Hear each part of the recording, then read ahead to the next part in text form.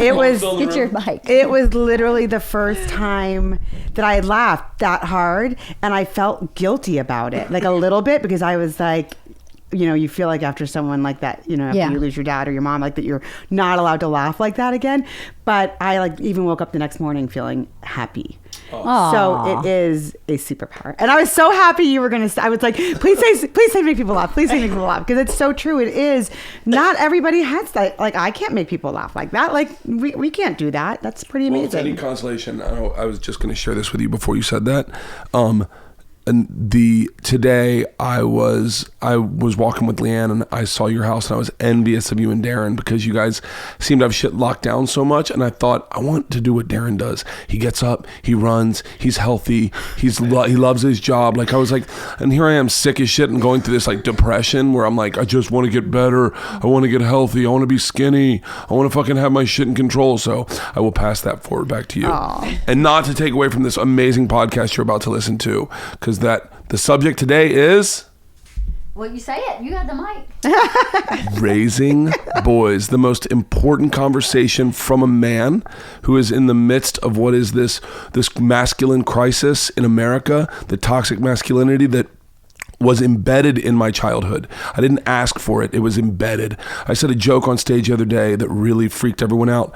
I didn't ask to learn the word faggot. The three brothers in my neighborhood held me down and tried to shove an ice cube up my ass and yelled faggot at me. That is how I learned that word. So it's like that toxic masculinity was a gift given unto us that we didn't ask for, and now we're getting asked to rescind it. And I'm like, I'm all for that, but how do you raise a boy in this country and still allow him to be a man who can change a tire and chop down a tree, but also is ultimately super sensitive?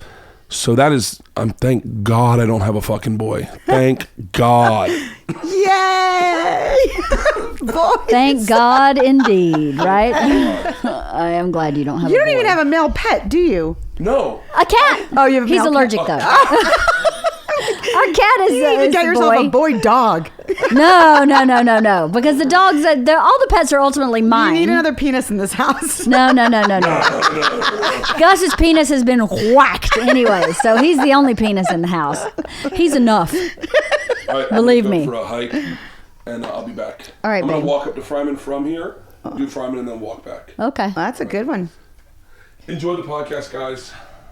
All right. So raising boys. I don't have boys. I wanted boys. You did? I did. I was convinced I was having boys. I didn't think, because I'm not a super feminine woman. I'm not masculine, but I'm not a girly girl by any means, I don't think. And I never have been. I thought, I'm not going to know what to do with a girl. And now I'm of course glad to have who I have. You got this girl thing down. You're good. I got the girl thing down, sort of. I think maybe it's helpful to not be a girly girl sometimes, to raise a girl, to not get into that girly girl stuff. I don't know. It's worked out the best because I think Bert would be a nightmare dad for a boy. I think he would have been a nightmare. I think he would have shoved an ice cube up the kid's asshole and called him faggot to toughen him up. I don't think he would have been as, gentle or like open-hearted with a boy as he is with girls. Mm-hmm. Does that make sense? Yeah, absolutely. And I'm glad our gardener showed up now. Yeah. Right now. Did you know that Max was a boy? We did, yeah. Yeah, I found out too. Yeah. Just because I'd had all this crazy stuff happen before. You did? Well, I had a ectopic pregnancy before I had that's Elijah. really dangerous. Yeah. And they found, like, they actually diagnosed it as a miscarriage and did a DNC, and then, like, I went away for a few weeks. What's a DNC? That's when you have a miscarriage. Yeah. They told me I'd had a miscarriage, and then they sent me home for a while. And then I came back, like, 2 weeks later, because my doctor was like, let's just make sure your numbers are back down to normal. Mm-hmm. And she was like, you're still pregnant. You need to come back in. And being super naive, like, I was like, oh, I'm still pregnant. But meanwhile, a DNC means they scrape out your uterus. So, like, there's literally no chance there's a baby in there anymore. So it was in my tubes. And so then they had to do surgery and remove my tubes because it was too far along. It's life-threatening. Yeah. And so there was like a lot of confusion surrounding that. So when I got pregnant with Elijah via in vitro, I was like, no more mystery. Like, I kind of want to know everything about this child right now. So we did know it was a boy. And the second that the woman said it's a boy, I literally had this incredibly strong premonition, you are going to have 2 boys. So we did not find out with Sasha. And I was for sure she was another boy, 100% sure. It was the exact same pregnancy. And her name was Nathan Patrick. And I literally, the entire pregnancy referred to her as Sweet Baby Nate. So can I call her Sweet Baby Nate? Sweet Baby Nate. And then she came out and literally when she came out too, my husband did not, the doctor like heads out, and my doctor looked at my husband, and said, do you want to call it or am I going to call it? I think he got like kind of thrown off because she didn't know what it was either because they hadn't noted it. Right. And he was like, oh yeah, I'll call it. So then she came out and all he said was, there's no penis.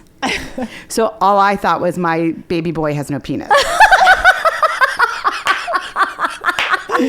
Swear to God. Did he leave it inside? So Did yeah, it break up on the way out? You know, they joke, like the balls are huge when they came out. So like there can be some confusion about whether that's what that is. I mean, you remember what that looked like? Yeah. It was like, I mean, being a woman, you're like, what the fuck is that? What's happening? But the nice thing is when you're wiping them, like there's no crevices to get in. Yeah, like Anyways, my doctor looked up between my legs and was like, it's a girl. And I was like, oh, God. But then I got really freaked out because I just wasn't expecting a girl. Right. But yeah, I was really I was really happy that it was a boy when the first one. I don't know what I thought or what. I don't think I really wanted anything, but I was pretty excited then. He was a crazy toddler, though. I'm sure Max was probably too. Not as crazy. Really? I mean, a little bit, but I just remember he was like, I would scan the room and be like, what could he get into? And it would all look clear, and I had gates and I had soft corners on everything. Mm-hmm. And I'd leave the room for like less than a minute, and whatever the one thing he could get into, it was like he had like climbed the hutch or something, like something bad. And so when I had Sasha and she would just sit and like color, I was like, what is wrong with her? Well, I thought like that she was opposite. like like something was wrong with her brain. Like, Right, why right. isn't she doing bad things? Like, because all he did, although now he's super easy and she's super challenging. Well, it's because they're teenagers. Exactly. Yeah. I think girl teenagers are probably harder, but I don't know because I don't have a boy. But what was Max like? What was all that like? You got pregnant just regular, right? Regular way? straight up regular. Yeah, straight up regular. Old Sex school. and got pregnant. Yeah, same. Yeah, not us. Actually, that's not, yeah. we had tried for 2 years and had done in vitro to get pregnant for Max, and then sorry, and nothing worked, and then we relocated here to California. See, and that's all you need. there's something Some in the sunshine. water, quite literally, because 6 weeks after we got here, through nothing, I didn't have a doctor here at all, I got pregnant. Wow. Really? Yeah. You know, though, I mean, there's everyone always, it's so funny because people say that to me all the time. Like, well, so you're so stressed when you're going through Yes. it, you know, is this going to work? So people kept saying to me after we had Elijah, oh, now you'll just get pregnant. I'm like, yeah, no, I don't have tubes. Like I always, and they don't even know how to respond to that. They're like, oh, and I'm like, yeah, I mean, it would have, like the baby would have to like dig through the, jump. Yeah, right. Like it's not happening. Some kind of suspension cable, like a Batman retractable People belt. always say that. But now that I'm in my late Something 40s and super all my friends are like either still taking the pill or doing an IUD, like I'm like, I don't have to do anything. I don't have tubes. Yeah, that would be sweet. They took both your tubes out? They did because they were worried that the other had your tubes are like tissue paper. So the slightest little tap or scarring will cause. And at that point, I said to her, she goes, if I think that there's a chance the other one's damaged, I'm going to take it because I don't want you to go through the skin. And I was like, and she had said to me too, we got pregnant really fast that first time. Right. Before I went in, she said, I promise you're going to get pregnant. We're just going to put the bun in the oven ourselves. Awesome. And I was like, take them both. Yeah. Well, yeah, your health is more important than Yeah, because and also if you do in vitro and you still have that other tube and it's not tied off, there's like the chance that Another fluid egg would could drop in and it could hurt. And I was like, yeah. No. Complicated. I know. I learned a lot. Very. I got pregnant on the pill. You did. I did. That's some strong sperm. That's Bert's superpower. He thought it would make people laugh. Really?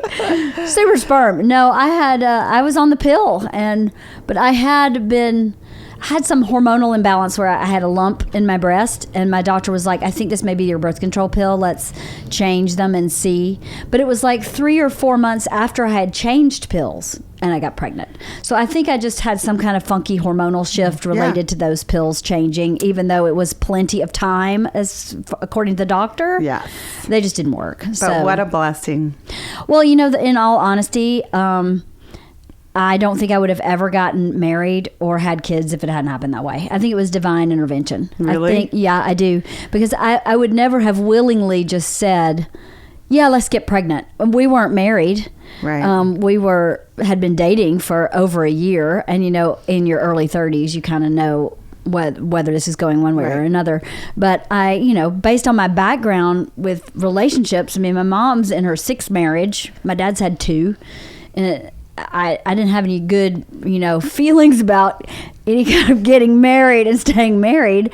And I had no siblings and no step siblings. So I just never thought I would have kids. And then, so when I got pregnant on the pill, I said to myself, that is God's way of saying this is your path. Mm-hmm. You don't have a choice now. Now, anytime, I was always a bouncer, like, yeah, you're too much drama, I'm out. Well, once you're having someone's kid, you have to work through it, because all I ever saw growing up was, all right, let's divorce, I'm done. There was no working through anything. My mother would just divorce them. Mm-hmm. So I wasn't quite as bad as that, but that definitely was what I was doing. Mm-hmm. Like, if I get bored with somebody and I'm done, I'm out. And maybe, there's an argument, maybe they just weren't the right person, but birth's definitely not easy. And I could see a lot of times where if we didn't have, in my immaturity, where I would have probably acted out, maybe not left, but have acted out about stuff that I went, no, the good Lord told you this is your path. Mm-hmm. Because he put a baby in there from this man when you're on the pill trying to prevent it.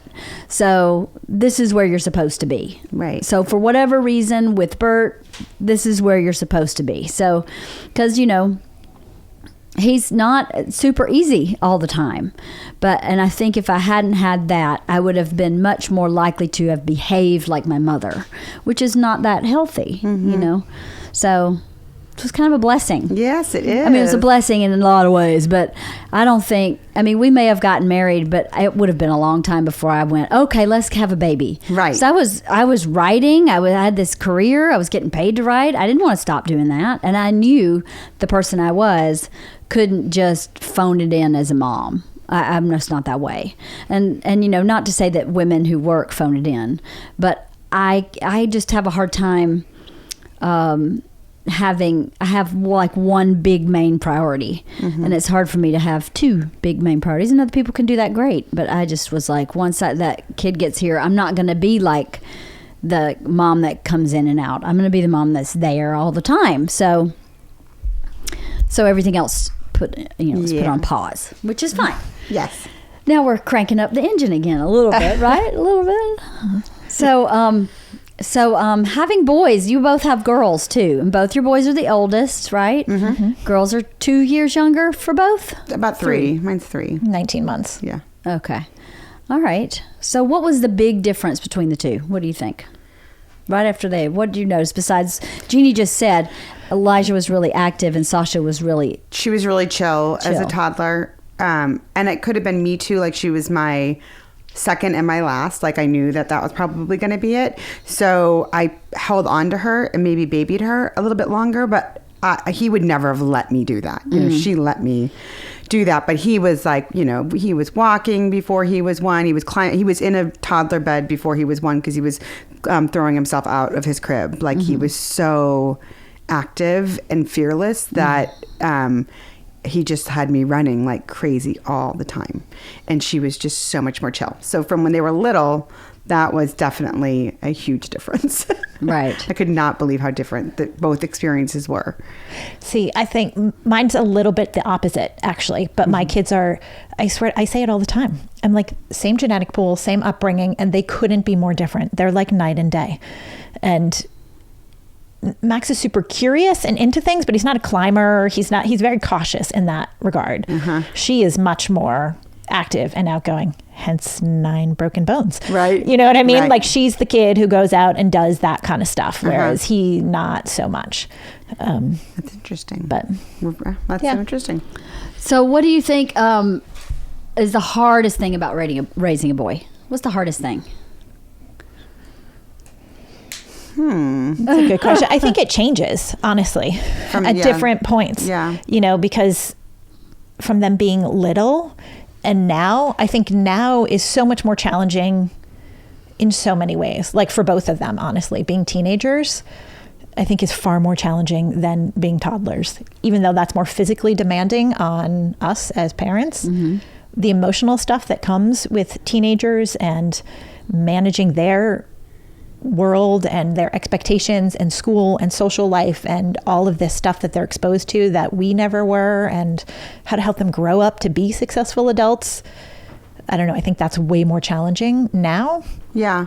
It's so funny that we touched on this like a few podcasts ago about how you were talked about the teacher who almost got fired for having the boys open the door, which I thought was a great thing that she was doing, and that it's kind of a lost art of boys being gentlemen, but now it's kind of being poo-pooed on because, you know, even if I consider myself a feminist, I still like the door open for me, or I still like being, you know, treated nicely and having, you know, my husband be a gentleman and teaching my son to be a gentleman. And that's kind of like a very strange space right now. There doesn't seem to be some people don't think that, you know, that it should all be equal no matter what, and they shouldn't be doing that, and it's offensive. And I still feel like it should be happening. But also what Bert was talking about with the, you know, that the things that happened when we were growing up, and maybe that stuff still happens, but there was a lot of this always like boys. So much got excused just because you're like, oh, boys, you know, boys will be boys. Yeah. And that, I remember that actually used to piss me off growing up, because I'm the youngest of three. The oldest is my brother, and then it's my sister and I. And my brother could get away with murder because boys. Oh, those crazy boys. What are they doing? Those crazy boys. So like they one time did something really bad. They, you know, like we're in Ohio, so perspective, like, you know, we had to kind of find our ways to have fun.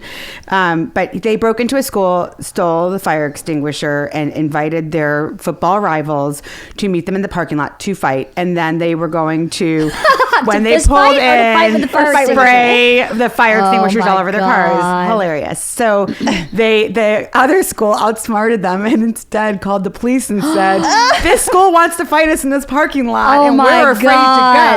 And so the police pulled in, and there are the boys with these fire extinguishers. Then not only are they holding fire extinguishers, they stole them from the school they're at. So anyways, my parents get the call from the police department. We have your son. And, you know, they would just put him in the little holding tank, and they're all in there. And my parents were so angry. Like, they were having a party. All the parents had to leave. They had to go there. I mean, my dad was like, his head was going to explode when they left the house. And my sister and I were like, finally, David's going to get his. He's in so much trouble. We were so happy. Yeah. And then like an hour later, in walks all the boys and all the parents now, because they've all picked up their kids together, hysterically laughing. What were you boys thinking? Everyone has drinks, not the boys, but the parents, and they're all sitting there laughing about it. And I could not believe it, because my sister and I were like, if that was us, we would be like grounded for a month, you know, like our parents would be furious.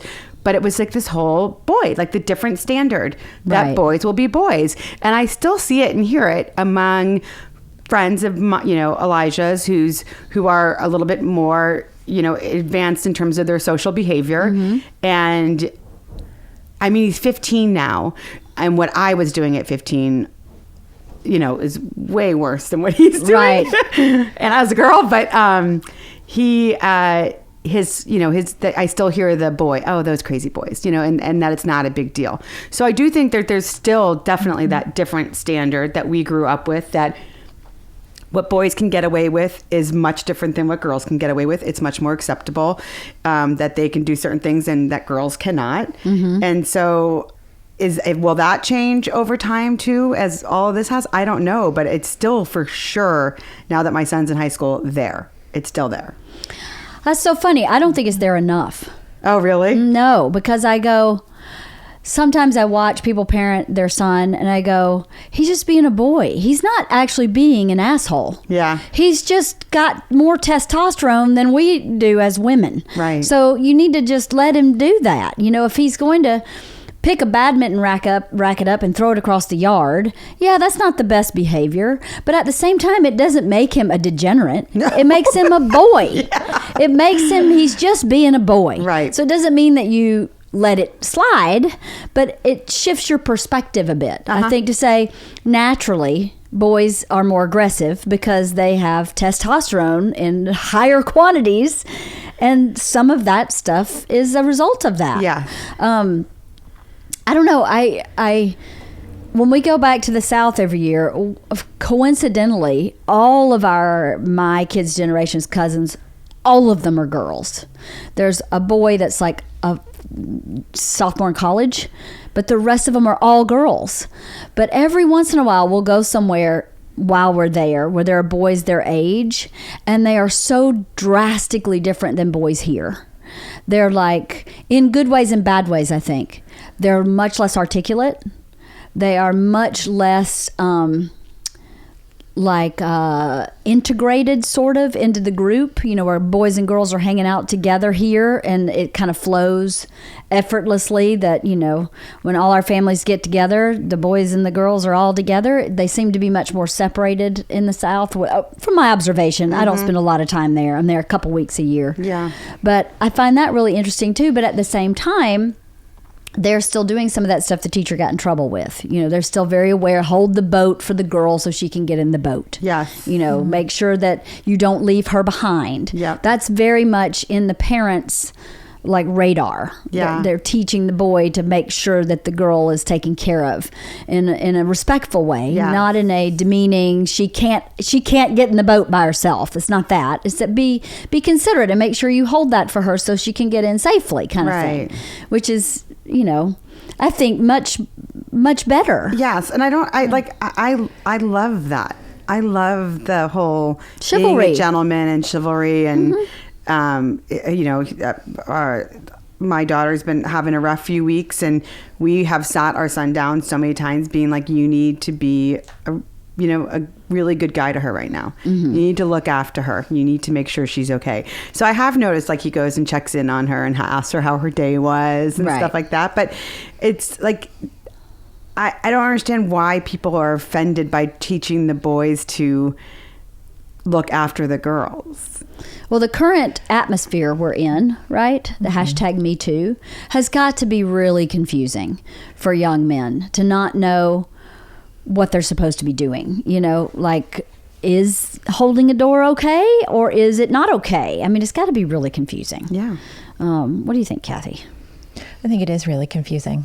I think they don't know what they're supposed to do. And I think I don't always know what I'm supposed to tell him to do. Yes, of course you should hold the door. But Mom, my friend doesn't want me to hold the door for her. Okay, but you should do it anyway. Do you know what I mean? Right. How do I say, I understand, okay, that particular person doesn't want it, but that's not a blanket statement for all women or all people in general. If you see somebody, hold the door for them. I don't care, man, woman. Right, it totally. doesn't matter. Yes. That's part of being a human in this society. You have to be considerate of others, and it doesn't necessarily matter if they're male or female. I don't know. I think it's hard. I think it is really hard for them to figure out what to do. I think it is harder today than it was when we were kids. Do you think it's harder today to raise a boy than it was when we were being raised? I do, in terms of and I'm not there yet age-wise, but in terms of the date rape and the knowing what's okay and not okay, I think that a lot of that, as we talked about in the past, was more, it happened and nobody told, and now they will, right? And that could destroy your life, So you have to you have to tell these boys, I don't care if she's really drunk and that you thought she wanted it. I think that that's something that parents are talking to their boys about a lot more. I don't even think that was ever mentioned when we were growing up. I don't think anyone ever talked about that. When my son is at that age where that could be an issue, we will be having that conversation a lot. Right. And that would never have happened. But that'll be a conversation that we will have a lot. And I do now make, like, if I'm reading a story online or in a magazine, we get, like just about an incident, with the lacrosse team or the Duke players or those things, I make him read that. And I'm like, these kids' lives were over at that moment. Right. Hopefully now they are okay. But at that moment, life as they knew it was over because they were stupid. Right. And I don't think anyone ever talked about that when we were growing up. No. Well, no, but I also think, even a step back from that, like, kids now are supposed to be open and compassionate and with their feelings, which they were never really encouraged to do before. So I think that is probably a lot different than it used to be. It's okay to be emotional. And right.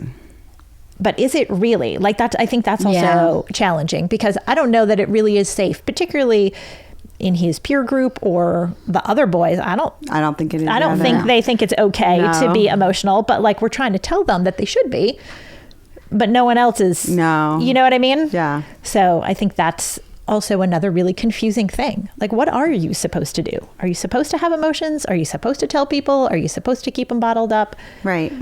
And all parents are definitely not doing it. I feel also like when I was growing up, it was kind of uniform that, like, boys were taught to act and behave and do a certain thing.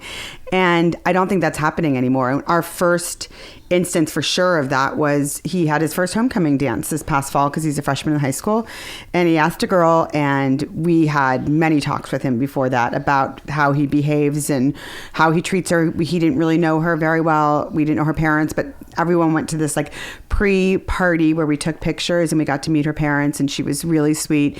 But I kept telling him, you don't leave her. Like, at this party, she doesn't know people. You need to make sure she's always taken care of. You need to make sure she has a seat if she wants a seat. Don't leave her side. Do not abandon her. Don't ever, leave her alone. Like, that's just not how you're her date tonight. And I don't care if you want to go hang out with those people over there tonight, you are with her, and that's it. But there were other boys at that pre-party who brought girls who didn't know anyone. I mean, these girls were coming from all different schools, and these are all boys from one school. They all know each other, and these girls have come from all these different schools. And I saw a bunch of girls just sitting by themselves, like not together because they didn't know each other, but just sitting there. And I did, if I knew the boy who brought that girl, I'd walk over and be like, hey, your date's sitting over there by herself. I don't think she knows anyone. Why don't you go check on her? Why don't you go make sure she's okay? Ask her if she wants something to drink, And my son was like, Mom, but I was like, it's not okay for him to leave her like that alone. She doesn't know anyone here. They don't know that. That's right. If you don't teach them, it's not instinctual. No. Yeah. They have to be taught. And you have to be like, this is what you do. This is how you behave. Right. Or they're never going to know. And I don't feel like parents are, it was a priority when we were growing up. In my house it was. I don't feel like it is anymore. Well, it was, and there were more social situations where that was required. Yeah. Even when you go back to like our parents' generation, the things were much more formal. Yeah.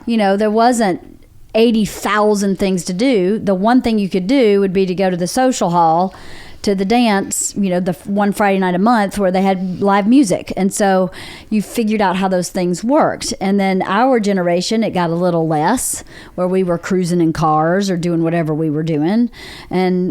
But we still had proms and all that stuff that we had heard about from the generation before, or had church dances, or and there's just not that opportunity. Dates, I feel like, too, where someone came to pick you up. I don't think that happens anymore. I think they just Snapchat, we're all meeting here, and everyone goes there, because that was always like the joke growing up. Like, my dad would act really threatening when someone came to pick me up, and I would be totally mortified. But like, that was his way of saying, don't mess with my daughter, or I will mess with you. So that was like a joke that I'd be like, Dad, I don't want him to come pick me up. You're not going anywhere unless he comes to get you here. Right. I want to meet him. Right. But that doesn't happen anymore. But I don't like that doesn't happen anymore. I don't either. I think it's kind of sad. It's really kind of sad, because then it's so non-committal. Hey, let's all meet here. Well, I'm not really admitting to you or to myself that I like you. Right. So then I don't have any real responsibility.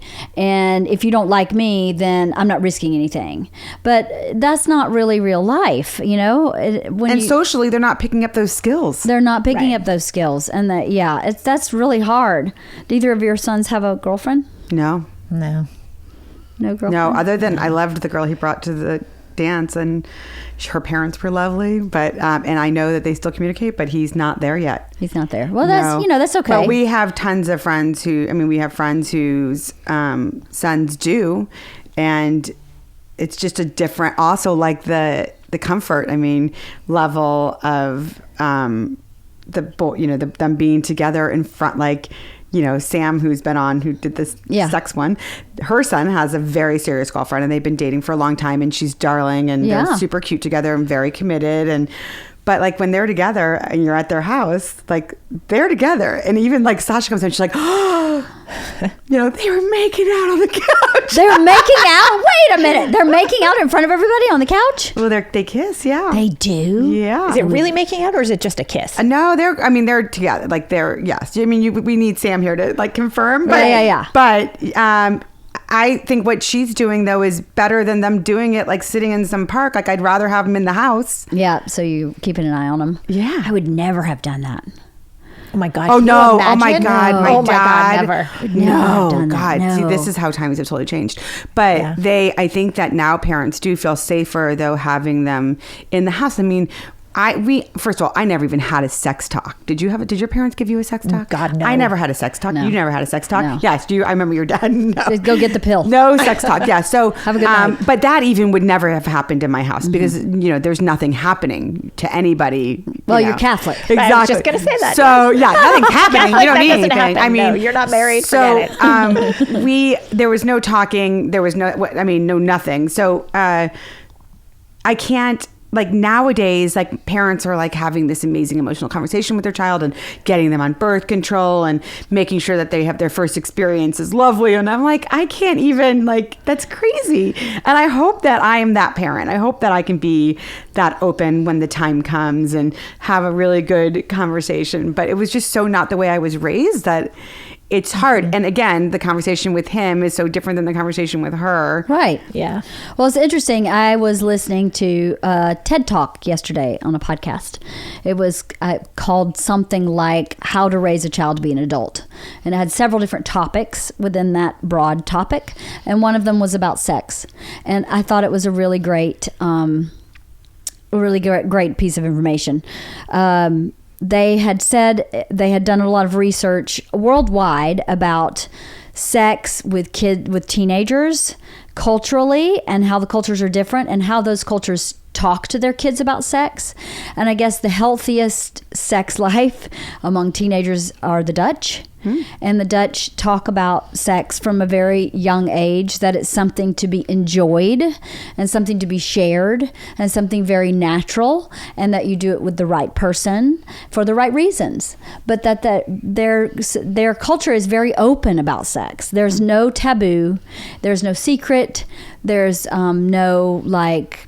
There's no, the penis is strong and we just don't. One of the examples she gave was in America, when you're talking about, kids' bodies, they'll go through the boy's whole body, and, the penis is the pee-pee or the wee-wee or whatever you call it. But most people will go from the waist to the knees, to skip the whole thing for a girl. They don't talk about the vagina.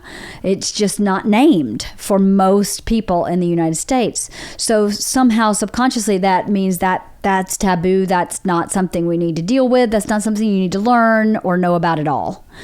And what a message that gives both sexes in the U.S., both male and female, is that, the pee-pee is woohoo, and then there's nothing between the waist and the knee. It's just a void. I was like, wow. I mean, we called it the vajay. Yeah. It was our vajayjay from, we always talked about it, but we're not really a normal family in a lot of ways. So I thought that was really interesting. And I thought the perspective of, now, in saying that, I remember being a toddler-ish.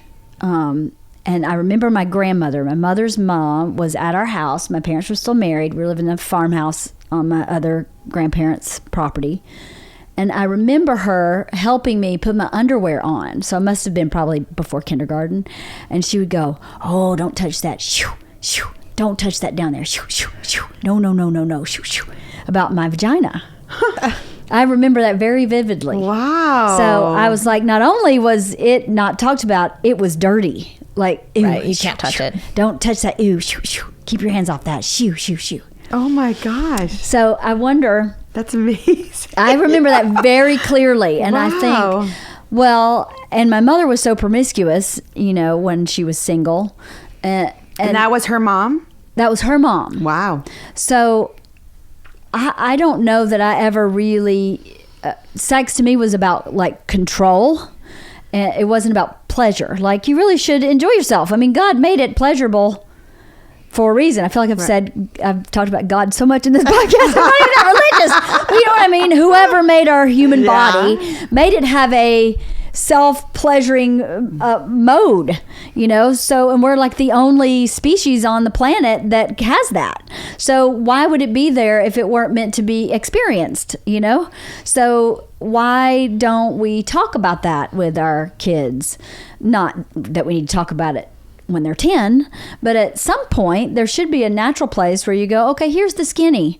This is actually a really beautiful thing that you do with your husband or that you do with someone that you really care about. And it's okay if you stop doing it with that person, you do it with another person, as long as you're, you know, from a healthy place. And that part of your body is part of your body, and you should maybe know how it works and what's going on down there. Halston told me to watch this show on Netflix called, what's it called? It was something like Embarrassing Bodies. Embarrassing Bodies on Netflix, and there's one about the vagina. So I watched it the other day, and they have this giant inflatable vagina. Like, I mean, it's like 8 feet tall and like probably 6 feet wide, that they inflate in a mall. And it's got like, it looks like a pool float, but it's a vagina with like the hair and the lips and the clit. And it was insane. It was a whole huge vagina.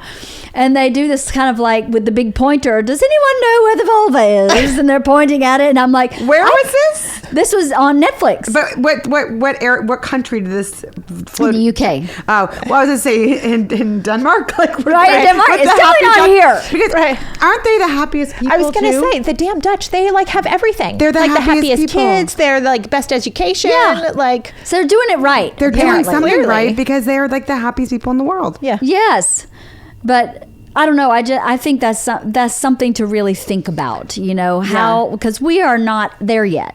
You, Jeannie, are rapidly approaching. Yeah. That part where you really need to sit down and have a serious conversation, because, you know, I think the perspective when we were kids were, you know, girls were to be conquered, sort of. Right. I'm gonna tap that. Well, ass. and that I'm was gonna- always just the joke with the boys. You know, keep it in your pants, boys. Keep it in your pants. Yeah. As if that works. Yeah. Like, how long is That keep thing it in your unzips my pants itself. Like it's mind of its own. I can't help it. It's just all of a sudden, vroom. I mean, yeah. So I don't. Yeah, we're gonna have to. Yeah. So what do you think you would? I mean, Max. I don't know if you care if I say his name, but Cathy's son Max kills me because I really think he's Lloyd Dobler. I really do think he's Lloyd Dobler. She's convinced. Yes. I am. Does he have a boombox? He does not. I'm gonna have to get him one. But my point with that is, when he falls for a girl, it's going to be over. Yeah. He's going to be It's gonna dead. be terrible. I It's know. going to be awful. It breaks my heart thinking about it, because rarely does your first love work, right? Especially now. And But Lloyd Dobler got her. Lloyd. Yeah, but for how long? Exactly. But for how long? I know she married the guy from the Beastie Boys. Yeah, it's stupid. And then we never saw her again. We never Max saw her and again. Beastie Boys. He enveloped her He's personality gonna be- or something, because she just left entirely. Yeah. But yeah, I think about Max all the time. I worry about Max. Like, I don't worry about Elijah. He's going to be fine. And or Billy. Although he or is any- super Right. sensitive. He is, but he's not like Max. There's something about little Max Franken where I go, he's just going to be dead. I think the one Neat. thing, the other interesting thing with the boys, and I'm curious if Max is like this too, and with Sasha, like literally the mood could change in, it's like faster than a split second. Like she's fine and then she's not. And I know that that's like a lot of hormonal stuff going on, but it's just like she's okay, she's not okay. I mean, she can go from being completely crazy to, I go ask her a question. Oh, hey, what did you want? And she's like, I was thinking. And then it's like totally fine. And I'm like, wait, what happened to crazy person who was here 30 seconds ago? him, with my son, he really wears his heart on his sleeve. Like if he's in a bad mood, he's in a bad mood. It doesn't just happen. It is what it is. And he'll even be like, I'm upset because, and he says why he's upset, which is pretty amazing. But it's not, he's moody because of his age, but it's not a roller coaster. Right. And are you experiencing the same? 100%. Yeah. I think my daughter might be bipolar. I swear to God. Like she's 12. She is 12. But like she's 12, she yeah. is like literally you take a breath and it's a different human standing in front of you. Yeah. My daughter is the past few days have been like like she's doing a lot better because she switched schools, but she it was for a while there. I could not. I thought we got a therapist in who I love, but now I'm like, I literally text her and I'm like, can you talk to her about this? I'm out. Like I'm tapping out. Right. I'm paying this woman now and I can't because I couldn't deal with it anymore. Nothing I said was right ever. And so I was like, I can't. Okay, have you read the book Untangled? No. You have to read you that have to book, read it. Jeannie. It is so good. Really? It's really Yes. helpful. Okay, I'll go home and You really, should. really should. Okay. Because Isla is, first of all, Isla has been sick since. Oh, so poor thing. She's still sick. Like she woke up this morning, she had influenza She and A, Bert. and then she had influenza B, and now she has a terrible sinus infection. So she's in the middle of antibiotics for a sinus infection. Well, that's the sinus infection is the seasonal crap going on right now. No, it came from influenza B. Oh, 'cause it mine- it just morphed right from one into the other. She doesn't have allergies, but she was so congested from influenza B that it just developed into this sinus infection. She woke up today totally clogged still, and we're like day 3 of antibiotics, and she's just frustrated and done. So the past week, she's been kind of bipolar too, and I think she's just fed up. Yeah. But she's a lot less fun bipolar than Georgia. Georgia was a much more emotional bipolar. Isla is like evil, like nasty, mean. Like she keeps saying, I feel like I'm living in Satan's butthole. I'm like, that's really specific. And she was like, that's what I feel. I feel like I'm just in his butthole. It's just hot and it sucks. I'm like, okay. Oh, she's in menopause. She's exactly something. I don't know. So that's been a very interesting, now that they're this age, that I have definitely noticed is he's just a much easier kid right now than she is. I mean, he definitely has his stuff, but was he harder at her age than he is now? no. What about Max? Was he bipolar at Lily's age? No, he's never been like that. He's not. It's not that same emotional roller coaster that you're talking about. The hormones it's must just be definitely totally different Yeah. with a girl. Yeah. You should read that book, Untangled. Okay, I am going to. But now let me ask you this with Max, because I can't imagine. I've known Max how long? Since he was in 2nd grade. He's now in 8th grade. I can't imagine having a sex talk with Max. Have you had one? It's very funny because in 8th grade, they are required to do a health ed class at school. And it's not about sex, although that was part of it. It was about drugs and social media and sex. And it was like, it ran the whole gamut.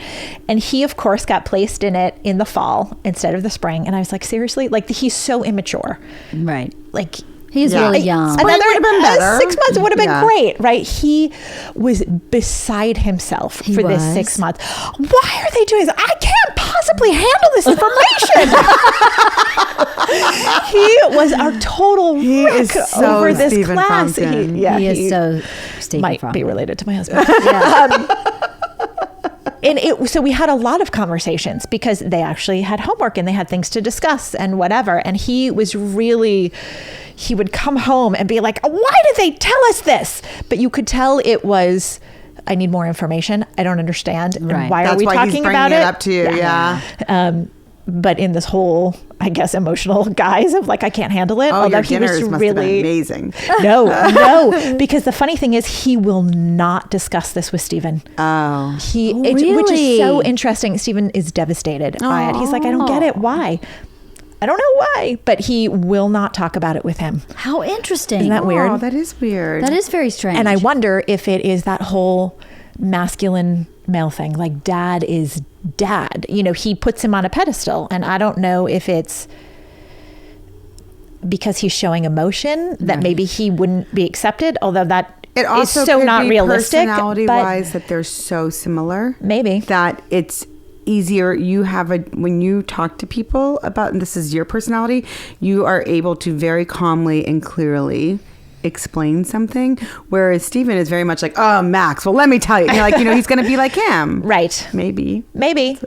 I don't know. But little Yeah. It's so interesting because I can't imagine my son coming to me. He'll definitely go to Darren for questions. yeah, and it'll be thoughts. interesting to see what happens in 2 years. Is it going to switch? Will he only go to Steven? But like, and if we're going to talk girl stuff and period stuff, Sasha would be mortified if Darren brought it up. So, Right. I so can't I get imagine that. Lily talking to Steven. No, yeah. There's no you way. get it all. Yeah, exactly. You get it all, Kathy. You got big shoulders. This is mom shit, man. I know. Mom shit sucks. I've been saying a lot of lately, this parenting thing is no joke. It's no That joke. is not easy. It's really hard. Woof. It's hard to do it and do your best. Well, my mother-in-law had a great quote when we were going through all this. You're only as happy as your most unhappy child Oh, interesting. at any given time. And if you have a very unhappy child, that's your world. Yes, your world. Yeah. That is true. That I is think, really yeah. true. Yeah, that is true. I mean, the lack of sleep, the lack of everything is just how much it just rocks your body. Yeah. And the worry. Crazy. Oh, the worry. The worry sucks. None of our parents ever went through that. I don't No, think my they didn't parents give a didn't shit. think. I mean, I'm don't think- assuming yeah. they did, but I don't know. They certainly No, mine didn't did wear not. it. My dad for worried sure. about me, but he worried about he didn't worry about the emotional piece. He like we do. Are Yeah. we giving them the tools to be able to move forward? He was worried about more in the moment stuff. Well, the interesting thing is now, because I used to say, and I jokingly that my mom didn't worry, and I'm sure she did. Now, as my kids go through things now, like what my daughter's been going through, my mother every day has been calling or texting, how was her day today? How did she do? And constantly, I was thinking, maybe you should do this, maybe you should do that, constantly throwing out ideas. So I don't know if it's just later in life she's more engaged and it's easier for her to do it as a grandmother, or if she was like that with us and we just don't remember. we just don't remember, or we were young. I was a total asshole as a kid. I'm sure. I know. I'm not. I'm sure. I'm sure I was. That I just wasn't aware. Yeah, I think our perspective, your perspective as a child is different because you're filtered through a very selfish filter, right? Children are selfish by nature. And especially at this age. Yes. So it's all about what I didn't get and what you didn't understand and What how you're you doing for didn't me. Yeah, Right. what you're doing to me and how I'm victimized. That's how you are at that age. And I know my mom was not a great mom, but I stop and think about, she was great at a lot of things. She just wasn't completely healthy as a person. But every morning I wake my kids up the same way she woke me up, and I hated it. What do you do? I sing a song every morning. Song changes every morning. Shut up. Right now I'm singing good morning, good morning. And Wait, I so go, why? "Shut up." If you hated it, why do you do it? That's so Because funny. I don't know. You can't help yourself. And my That's so mother funny. talked to all the animals. She didn't make up songs like that, but she had voices for the animals, and she would communicate with me through the animal's voice. If I was angry, wouldn't listen, do the same thing, do the exact same thing. God. That's so Friday funny. night was pizza night growing up. Friday night's pizza night at my house. So I do, my mom was really, when she was in a good space, she was a really fun energy. When she was not in a good space, she was really angry. So depending on where she was, I think I never trusted any space because it would change so quickly and the angry was so intense that I wouldn't connect to any of it. But it got in where I went, that part of her was actually really fun. If she had been able to stay mostly that kind of stable, I would have had a different experience of childhood. Well, I think both those things, even though you said you hated growing up with a song, willing to bet your girls someday are going to wake their kids up with songs. Totally. It's, Isla but will. It's I know actually Georgia a will. positive. I think it's actually, those are fun, positive things that you took from your mom. I took a lot of fun, positive things from her. That's definitely, the waking up is definitely one of them. She was very into music and she would dance. and a lot. Like if she were cleaning the house, it was a party, except she just didn't wear clothes.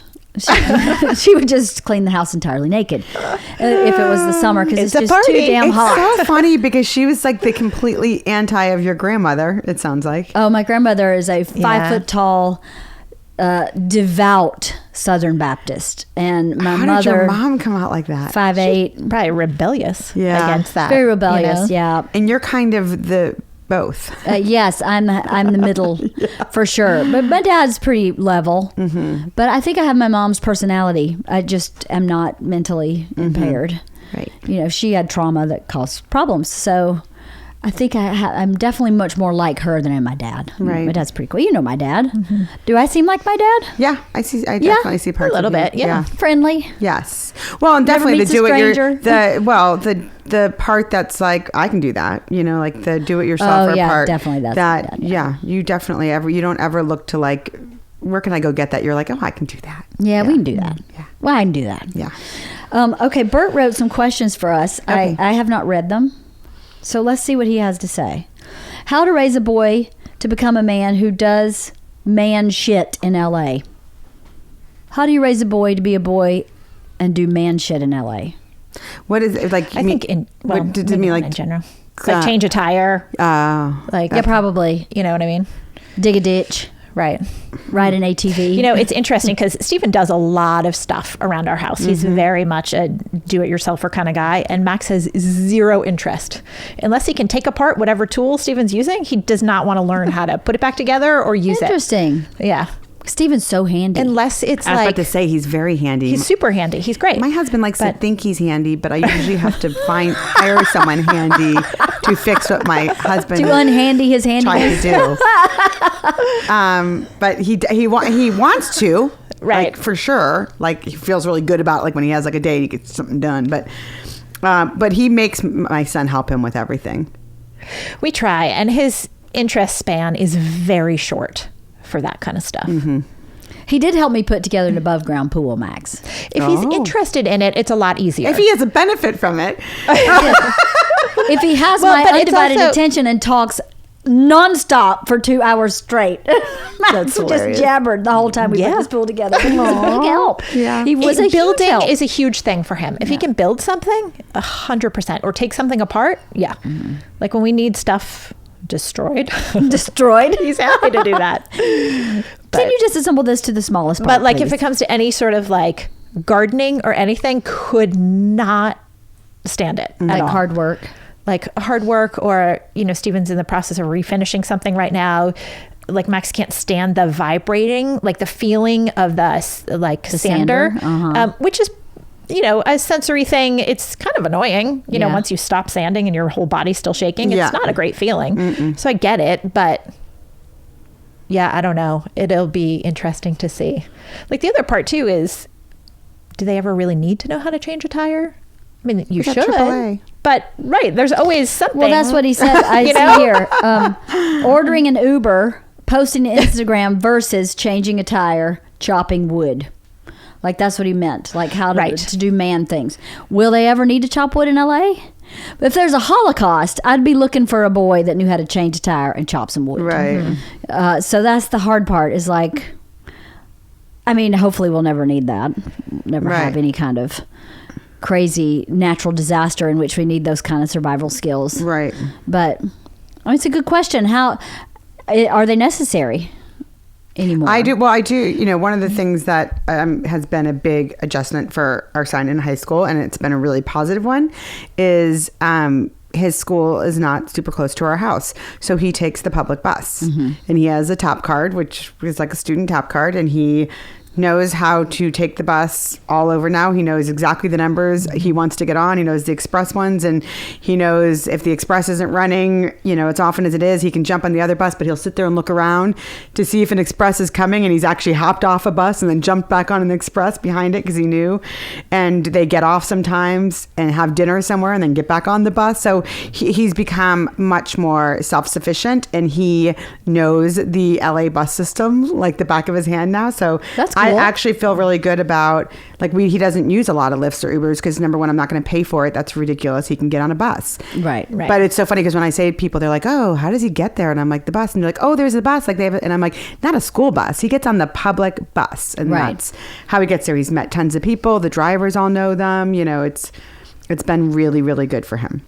Well, I want to talk to you about that for Georgia. Yeah. Because I was like, I wonder if I just send her with Elijah and Billy. Yeah. And let her get used to the bus. Oh, and there's about 10 kids who get on there. That's what I figured. And then he takes it home every day. Well, that's what I figured. And then if she could take the shuttle from your high school to her high school, and then all she has to do is do the shuttle. It literally drops him off. The bus drops him off across the street. But there's been some funny stories. A good friend of his did fall asleep on the bus and went past their stop. And they were behind his bus. So he calls them and he doesn't he's kind of out of it because he woke up and he's like, where are you guys? And they're like, oh, we're at Balboa. And they get off at White Oak. And so he's like, we're at Balboa. And he's like, I don't know where I am. I passed our stop. So they do find my friend. Oh my God. That's hysterical. And see where he is. And they're like, dude, you need to get off at the next stop. And so he had to get off, go across the street, come back the other way. So there have been some amusing stories of bus rides with them. But that's pretty funny. But they actually really like it. And I'm not driving out there at rush hour to pick him up at 6:00 at night. Yeah. He's getting on the bus. Right. There's no way. It takes me 15 minutes round trip to leave my house and pick him up from the bus and come home. That's what I'll do. Yeah, that's pretty sweet. That's pretty sweet. All right, his next thing is toxic masculinity and how in male situations that is the norm versus empathy. Yeah, and I don't know how you change that. I don't either. Because I can't even begin to get in their brain. But there was a mom. I don't even know that it's their brain. I think it's the culture. Yeah. I think that hasn't been overcome. Like, you're still expected to be this manly man. And I don't think we see what in terms of what he's talking about, the toxic masculinity, a lot of the language and things that are said, we don't see it or hear it. It's things that are said between guys. Yeah.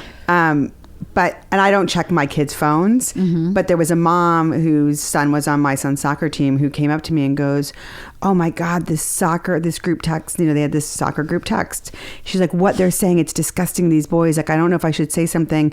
And I was like, what are you talking about? And she's like, well, your son's on it too, but he hasn't really said anything, but God, what they're reading, what these older boys, because they're freshmen and there were juniors and seniors on it, what they're saying. And I said, what? And she's like, we're talking about sex and this and what they do to girls. And I was like, and I became that mom who was like, boys. Like, I really don't. When she's like, you have to read it. I'm like, I don't read my son's phone. I'm not reading it. And she was like, no, you'd want to read it. And I said, I don't want to read it. Like, I don't really, it's not something that I need to read. Unless my son has said something really, really outrageously offensive, I don't need to read it. But that, I even was like, boys, but apparently she said they were saying really horrible things about things they want to do to girls or that they've done to girls because these are older boys. And I just was like, in my head, boys.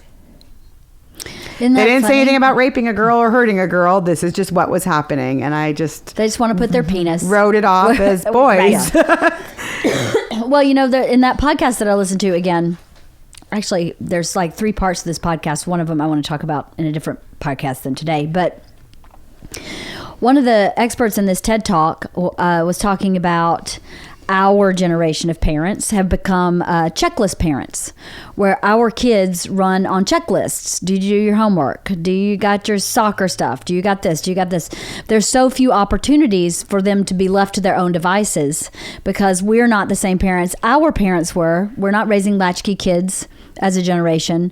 We're not raising kids that go out and just play and scrape their knee and get up and recover and get themselves home or get lost on a bike ride and figure that that's not who our kids are as younger kids. So it leaves them paralyzed in a certain way to figure out right from wrong. So unless mom or dad says, here's the right, here's the wrong, they can't figure it out. And this woman's research said that's why kids are going to college, and then when they graduate college, they don't know what to do because they don't have a checklist. And mom and dad have to figure out what they're supposed to do next and how doing what you're talking about, which is not getting on his phone and not reading all his text messages, is better, so that you can give him, here's the tools. This is how you treat a woman. This is how you talk about a woman. This is how you behave with a woman. This is the right and the wrong of sex with a woman. And you make your decisions. You have to trust him. Yeah. And trust that giving them the foundation is enough, and not being all over them and saying, well, you wrote this in this text message and that was terrible. You know, I kind of like that theory. Well, because then I think they just will find a different way to hide it. It's repressed, right? Yeah. And, you know, some of those things, the boys will be boys about sex, this is a hard, because I think the environment we're in now is like women should be respected at all times for every reason. And I think that permeates through everything, through race, through religion, where no one can have not even a negative, but an off-color thing to say about any of those hot topics. So you can't say, you know, you can't make a stereotypical statement without it being construed as a racist statement or a prejudicial statement, right? So like, women cry or something. Well, women do cry more than men. We are more emotional than men. So that stereotype is based on a truth. So if anybody were to make a comment being like, oh, she cries or something, then that's taken to this big place, when really we can't laugh at each other about anything or have any kind of way of figuring out what your correct barometer is. Do you know what I mean? Because if you just go, well, I have to be correct because that's what everybody else is saying is correct, is different than learning it for yourself in a certain way and saying, like, you know, oh, I just heard one the other day. Someone made a joke, like a comic wrote a joke, and it was a joke based on a stereotype. And someone got really offended. And I thought, but you do understand that he's a comic. And one of the points of comedy to me is to get you to reflect on the things that are appropriate and the things that are inappropriate, so that you can choose your own barometer where you go, okay, well, he said that. Can you believe he said that? We're never going to say that, but that was really funny. Right. I don't know. I think we're painting ourselves into a corner in some ways about stuff like the boy chatter, the locker room talk, right? Now, saying I grabbed them in the pussy, they really like it, is not the same as, oh, I'd love to like tap her ass, or I'd love to get me a piece of that, you know. Right. Well, yeah, you'd love to get a piece of that, but admitting that you're sexually assaulting someone is a different thing. Right. But how do you teach kids that? I guess I don't know. I don't know. I felt very I also rambly. think part of that point. barometer is context, because sometimes you say things to like your close friends in that environment that may be a little more off color because it's funny and your friends get it. They know safe, that you're not, right? Yeah. But you don't get up on a group text that has 15 soccer kids on it and say that same thing, because it may not be accepted or whatever. Like, and I think that's part of learning the barometer. Like, what is okay to possibly be a little more off color on privately with people who understand who you really are, instead of like walking into a locker room and be like, oh, I love to grab pussy. Yeah. You know what I mean? Yeah. So it's true. But the thing is, I think some people in our society think those two things should be the same. yes, If you say agree, it in and private I've- with friends who understand who you are, then And that's a that's who problem. you Then that's who really you are, are. right. And now it doesn't matter that you said that nudge in private with people who know that you really respect women, and you make a derogatory comment about a woman, and now you're an asshole across the board, which I just don't believe is true. I believe that stereotypes are based on truth. They're not, people didn't just make them up. And sometimes those things help you figure out who each other is, you know? I mean, even something as simple as, I don't know if you've ever been to a black funeral. It's a fucking party. I mean, they are celebrating that person's life. And if I were to make some kind of comment about that was like, that was a party, because they're singing, people are dancing, they're really celebrating that person's life that passed away. The funerals I've been to have been very powerful and moving and completely different than a white funeral. Not even in the same stratosphere. Does it make me a racist because I point out the difference? Right. I don't think so. No. I think it makes me observant. And that's, to go, wow, look at that. That's totally different than my experience. And I'm sure you could say the same thing about an Indian funeral or a wedding, all those things. Even, we watch these wedding shows, the girls and I, there's so much testosterone in my house. But we watched this one show where these 3 or 4 women go to each other's weddings and then vote on who has the best wedding. Oh my God. Based on criteria. And then whoever won gets an awesome honeymoon. And it's actually, you'd think it'd be nasty. It's not. They've set it up where you can't vote for your own wedding. You have to vote for the other 3 weddings. And you do it in a way that's like, I like this about the reception, I like this about the ceremony, I like this about the dress, and you rank everything. So it's not like I like this one best, this one bad. You give it 8 out of 10. Right. 6 out of 10. And all these brides are really positive about it.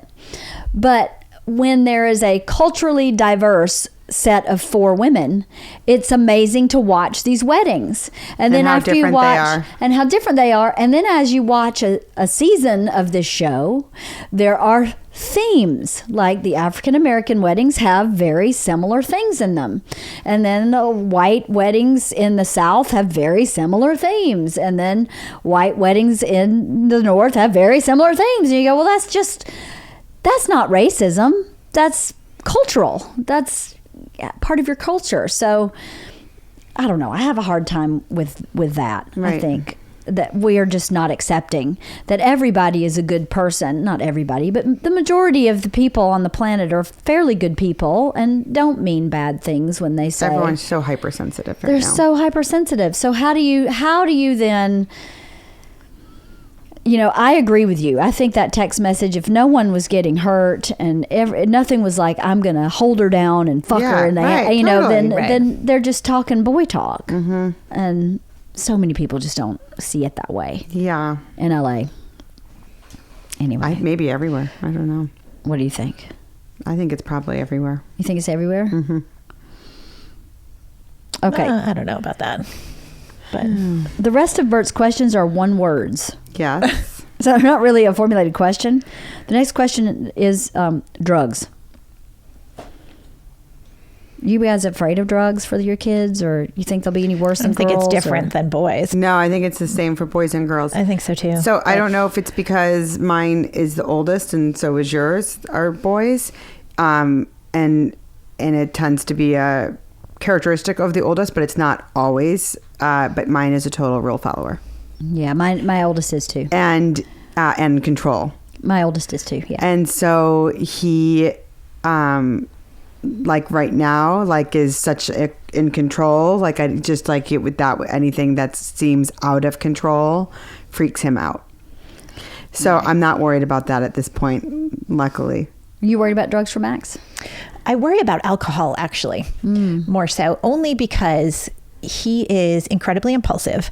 And like, I just watch, this is so stupid, but I watch, like, if he has a soda, like he will suck that thing down because he's so afraid it's going to go away. And I'm like, you stick a beer in that cup and we're screwed. Do you know what I mean? Like, oh my God, what is going to happen? I'd be more worried about pouring some vodka in that cup. Whatever. Yeah. Right. Vodka, hilarious. beer, like you name it. Like, I worry that he's not going to have the self-control to know. In that vein, he's terrified of all of that stuff at this point. Yeah. So, I mean, we'll see what happens when he gets older and he's more exposed to it or whatever. But that does worry me. Yeah. More so than drugs. Yeah. So if you had a drug of choice, if your son, if you think there was one drug he would do and enjoy, what do you think it is? Is alcohol for Max? I don't know. I worry that it is. I think it would definitely be more alcohol with Elijah than drugs. Bert's supposed to do his scared straight drug talk to the kids, remember? I know. I keep saying you need to talk to Elijah and Billy about drugs. They'd probably Be so embarrassed. I can't even imagine what he'd talk about. We've had drug talk with our kids. Well, Elijah sat in the man cave enough, I think, with Bert's friends. He's heard with Joey. He's heard a lot, yeah. Joey's enough to scare anybody straight. If you just smell the microphone after he leaves, you're like, woo! I'm scared straight. It smells terrible. It smells like pot. Oh my God, it's funny. But have you talked to them about drugs? Yeah, we've talked about alcohol and drugs. Yeah. And he hasn't been anywhere where it's happening, but he knows friends of his who have. Right. And it's just kind of like, whatever. Like, that's their thing right now. their Like, it doesn't choice. bother him. He's not upset about it. Or, but he just also isn't in a social place right now where he's at going to parties or anything where that he'd be there. But he has friends who are? He has friends who have, yeah. Yeah. And are they drinking? Yeah. Are they getting, like, hammered? I don't know. Oh, boy. This Yeah. makes me nervous. Definitely. And they bring it in, they use water bottles and they put vodka in water bottles. So I definitely, outside football games and stuff, saw kids, all passing one water bottle around. I'm like, there's water inside, kids. Yeah. They don't want the water inside. I've They want seen the that. water in that bottle. I've seen that at Right. our middle school at a concert. Yeah. In our I see it too. But When you see kids passing a water bottle around and sharing it, there's not water in that water no, bottle. Right. With one sip. Yeah. Just the Yeah. sip, little bitty sip. So it's funny because we were for sure not drinking vodka at that age. We were definitely doing beer and wine coolers. Oh yeah, I was drinking Pony Buds. Yeah. You know what a pony is? Yeah. We had Mickey's Big Mouth because it was malt liquor, so it was stronger. Oh my god. We drank Boone's Farm. Oh yeah, I loved our. I mean, we would get the 2 liters of the 2 liter bottles of the of the. Can you imagine the amount of sugar? It makes my head spin thinking about it. I know. Of the wine coolers that we drank, but yeah. So the fact that they're even drinking vodka, I mean, I think it's accessibility. Yeah. It's easy, it's fast, and Yeah. that's why they Easy do to it. hide. Yeah. Probably. All right. The next. And then I see so many kids vaping. which is Yeah. insane. Insane. That is so crazy. So insane. And I don't know what they're vaping. I mean, I just see them with the thing and smoke. That it could be, I mean, it could just be that tobacco. They flavor it with strawberry and Yeah, they watermelon. do. It's like, it's literally being It's like marketed to candy. kids. Yeah. But I'm assuming it's just tobacco and not pot. Who really knows? But in the end, I think that they're going to find out that vaping is way more dangerous than cigarettes were, I wouldn't be surprised. which is so sad because there's so many kids doing it. That's crazy. It is crazy. I didn't know that. Yeah. There's a lot of kids vaping. But do their parents know they're vaping? No, I'm assuming no. I mean, because I can't imagine they would be Oh, okay my with it. But Lord. even I was driving the Hayslips home from school, and I would go past Notre Dame and turn right on Woodman, and there were all these. When you enter their neighborhood on Addison, there, Yeah. tons of kids sitting there vaping. Wow. And I was like, what the fuck? That's crazy. First of all, you're like 2 seconds from school. Right. Right, you're Second, barely off the grounds. Hasn't anyone told you this is really bad for you? Like you almost feel like pulling over and saying, although my kids would be mortified, like maybe you haven't heard, Right? but it's really bad. Like that's really bad. It's going to be really bad for you in the long run. But they have to know, but they just are young and dumb and don't care. Young, dumb, and broke. Young, dumb. But young, it's like dumb. the health issues. It's like my dad died of a heart attack, 100% caused by smoking. Right. He was in congenital heart failure caused Right. by smoking. Right. He had lost vision in one eye from macular degenerative eye disease caused by smoking. Like every health issue he had as an adult, 100% caused by smoking. And it's just so sad that like kids still do it. Yeah, it's crazy. Crazy. What's sad is it feels like it's on the uprise again. I know, because of vaping. Yeah. Because I feel like kids were not smoking for a while. Yeah. I feel like it went down. Like I don't know, maybe just because we weren't in it, but now our kids are maybe. at an age that, the nursery school crowd wasn't really doing, but now that's we're a good at an point. age where we're around high schoolers. And so we're Maybe. seeing, I have no idea whether it was down. They're trying to really market it as that it's not cool, but I think it's kind of cool now. So That's crazy. I know. All right. His next one is swing first in a fight. I I'm wondering, though, were there a lot of fist fights in your school when you were growing up? There's one every probably 2 months at my school. Somebody got in a fight, which was really not a fight. It was like a bam, bam, and it's over. There were there were fights, not terrible at mine, but there definitely were. And you like, there were even the pre-planned ones. I wouldn't go to them because it totally scares the shit out of me. But behind the school today, like that definitely happened when I was growing up. I mean, my brother was doing it, but like so it for sure happened at Elijah's middle school, which is different than the one that our girls are at. There were definitely fights. I don't know if there are or not at theirs, but it was very funny because there's a huge Russian and there's a huge Armenian population there. Ooh. And they would fight. It would be the Russians versus the Armenians. Isn't that crazy? That is crazy. So that like it's a mob war. He would come home and be like, "Oh, there's another fight today," like, and it was always. Well, isn't that interesting too? Because those are two very specific cultures, and they're very specific within the context of Los Angeles. Yeah, and those adults have a very specific sort of history or.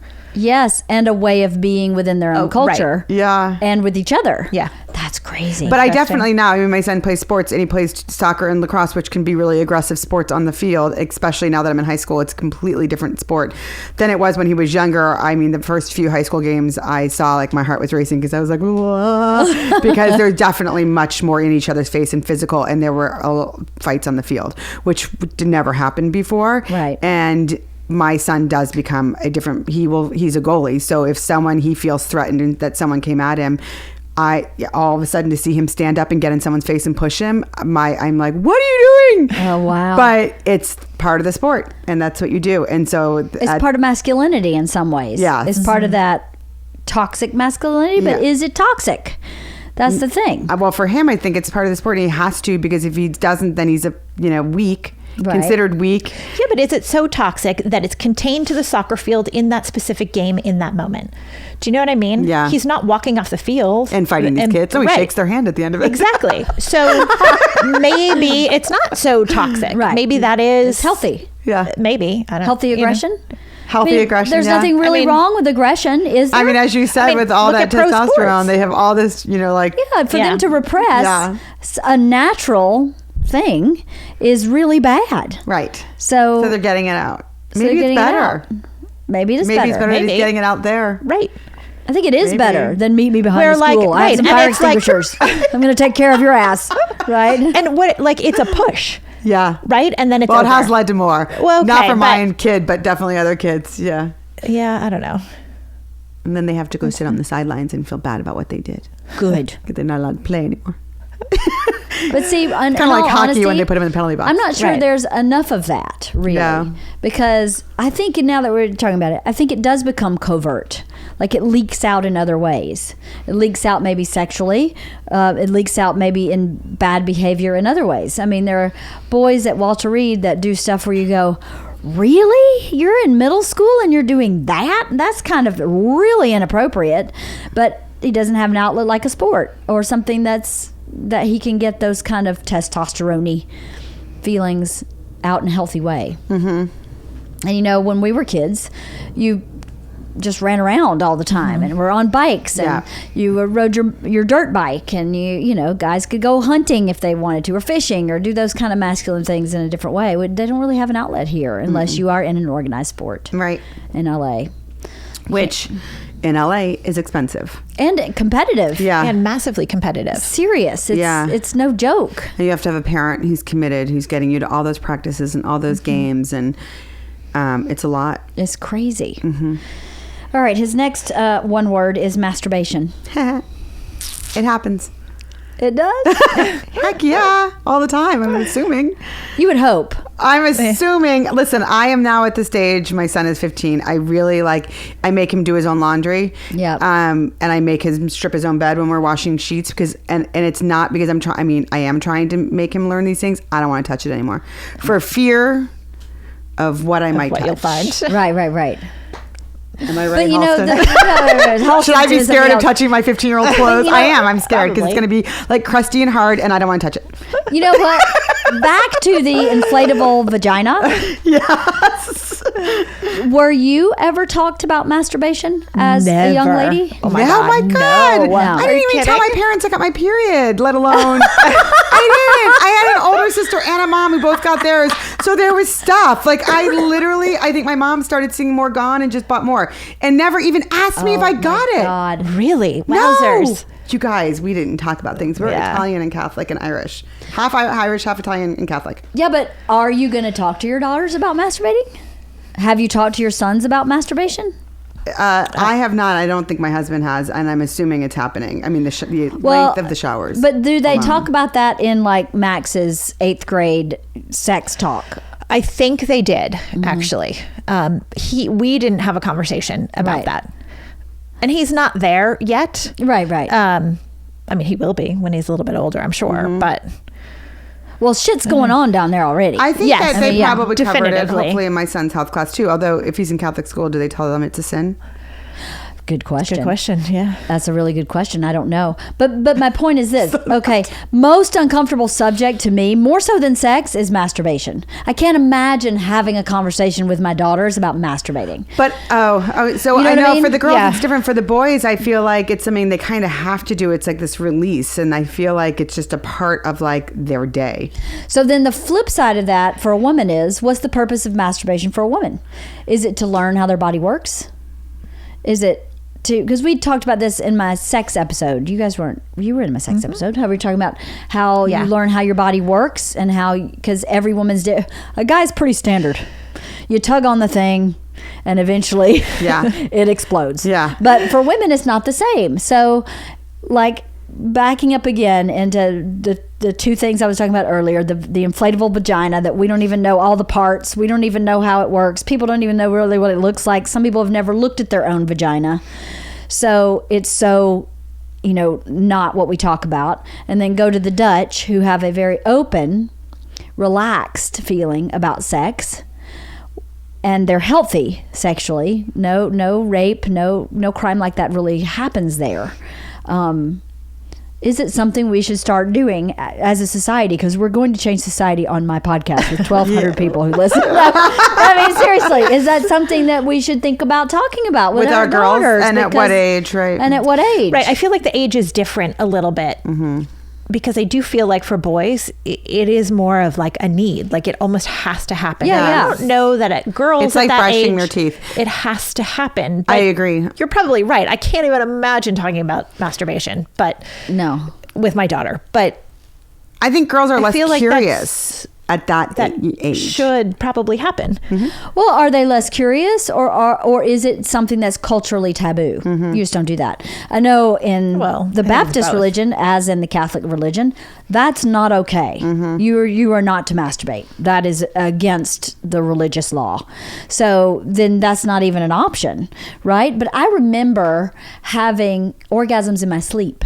So I would have wet, and they would wake me up when I was younger. And I would, yes, and I wouldn't know what they were. I mean, when I was young, and I was like, oh, that's maybe an orgasm. But then I didn't learn how to orgasm in sex until I was way older. So clearly my body was doing it anyway. I was having essentially a wet dream. Wow. And then, but I didn't understand my body enough to understand that That's what it was. actually happened.